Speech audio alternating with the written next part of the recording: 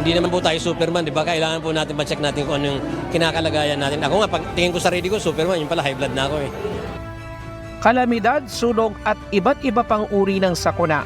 Ang mga mamamahayag ay isa sa mga pangunahing tumutugon sa mga ganitong insidente para maihatid sa mga tao ang mga impormasyong kailangang malaman. Dahil sa responsibilidad na ito, minsan nakakalimutan na ang kanilang sariling kalusugan.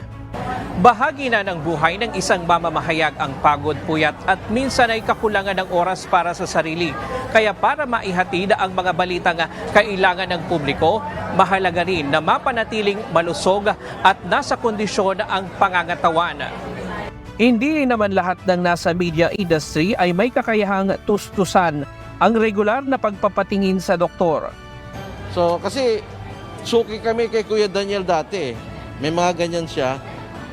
Doon pa sa UNTV sa EDSA. So, kaya yon naisip namin, kasi nga ang daming mga member ng media na yung iba walang bayad. Nagsusulat yan, walang bayad.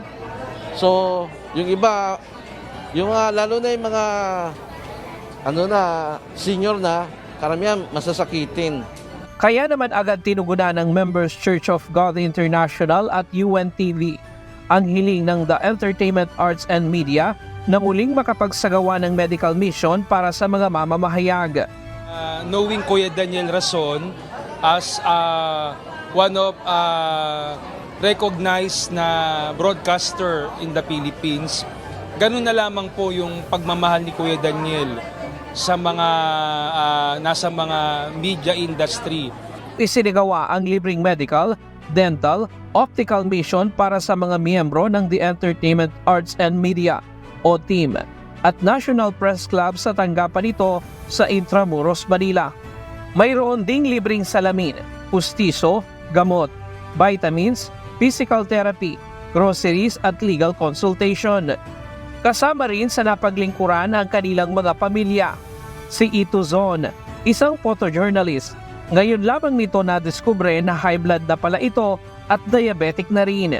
Aniya binabaliwala lamang niya ang kalusugan dahil abala sa trabaho. Pero kailangan na pala nito ng maintenance. Nasubukan ko na magpa-check up na ngayon ko lang nalaman na high blood pala ako.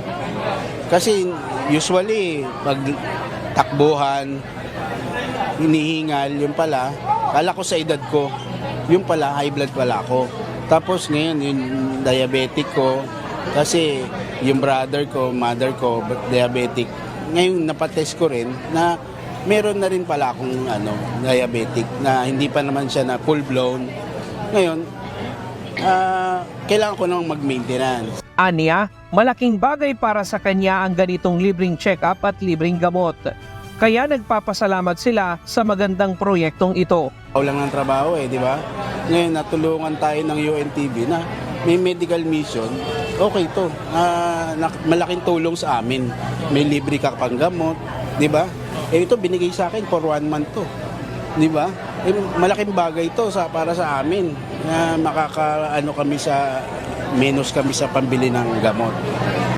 Pati mga residente sa paligid ng opisina ng National Press Club ay nakapag-avail na rin ng libreng serbisyong medikal.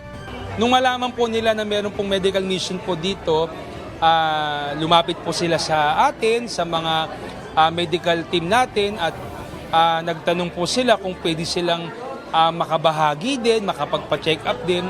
Siyempre, pag may mga ganong pagkakataon po na lumalapit po sa atin, yung po'y opportunity na po sa atin na makagawa ng mabuti. Kaya right there and then po, pinapasok po natin sila, inasikaso po natin sila, wala po tayong initsipwera sa kanila. Tama yung tagline nyo, MCGI Cares. Talagang nakikare sila sa mga tao. Dati nang nagsasagawa ng medical mission ng MCGI at UNTV sa mga kawani ng media, subalit nahinto ito nang magkaroon ng pandemya. Marso sa susunod na taon, muling magkakaroon ng medical mission sa mga mamamahayag. Kuya Daniel, maraming salamat po. For 10 years tayo magka-partner. Ituloy-tuloy po natin to. Wala pong problema sa amin. MCGI cares, MCGI shines. To God be the glory.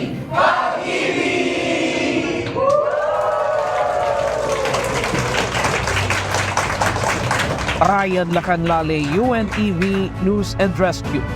Diyos ang aming sandigan, serbisyo publiko ang aming pinahahalagahan.